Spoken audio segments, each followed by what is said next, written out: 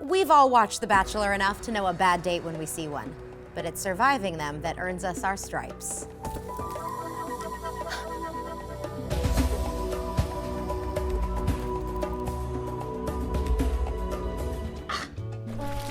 I'll be right back. Excuse me.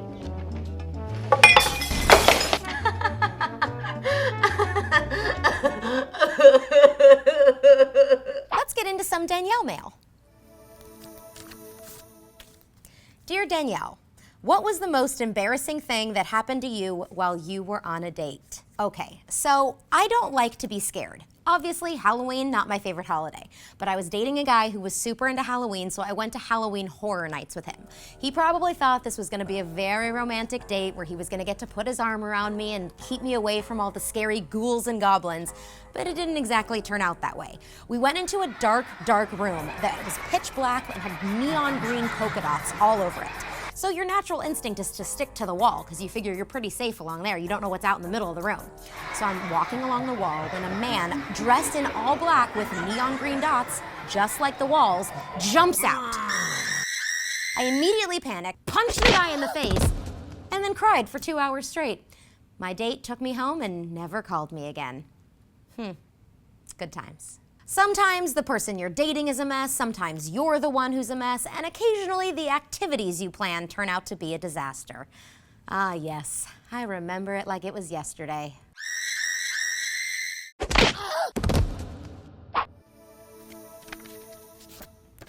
Dear Danielle, I need some tips on how to start a conversation with a hot guy. Help!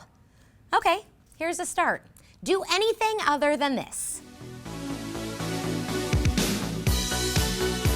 Hey, sweet tank top! I have a new hamster. She just had babies. I'm gonna run home to check to make sure she doesn't eat any of them. You interested in coming home with me? I have an egg salad sandwich if you want. We could share it. Okay, cool. Have a good night. Oh, hey, drive safe. Dear Danielle, I have a hard time just talking to random guys that seem to come up and talk to me. How do you get over this? Well, first things first, let's remember that you don't have to talk to anyone you don't want to.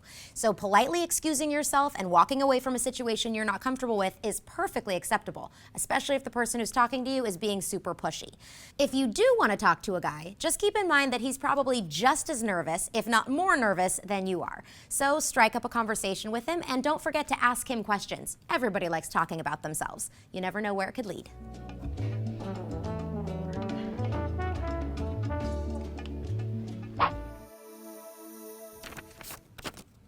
Dear Danielle, how do you distinguish a girl flirting with you or just being friendly?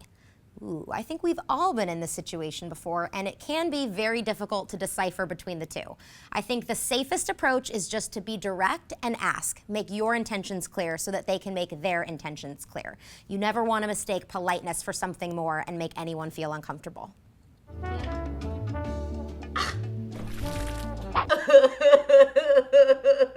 Dear Diary, today we learned that being nervous to talk to someone that you like should never hold you back from striking up a conversation. You won't truly know if you like someone until you get to know each other better. Keep your expectations low and keep it casual. If you are nervous, remember that it's very possible the other person is too. So say hi, introduce yourself, and see what happens. If it doesn't go well, that's okay. If it does, who knows? The two of you could be looking back at that moment as the beginning of a beautiful relationship. Love you more, Danielle. Do you like my love advice? Who am I kidding? You love it! So submit your love and dating questions in the comments below, and don't forget to like this video and subscribe to Popsugar Girls Guide.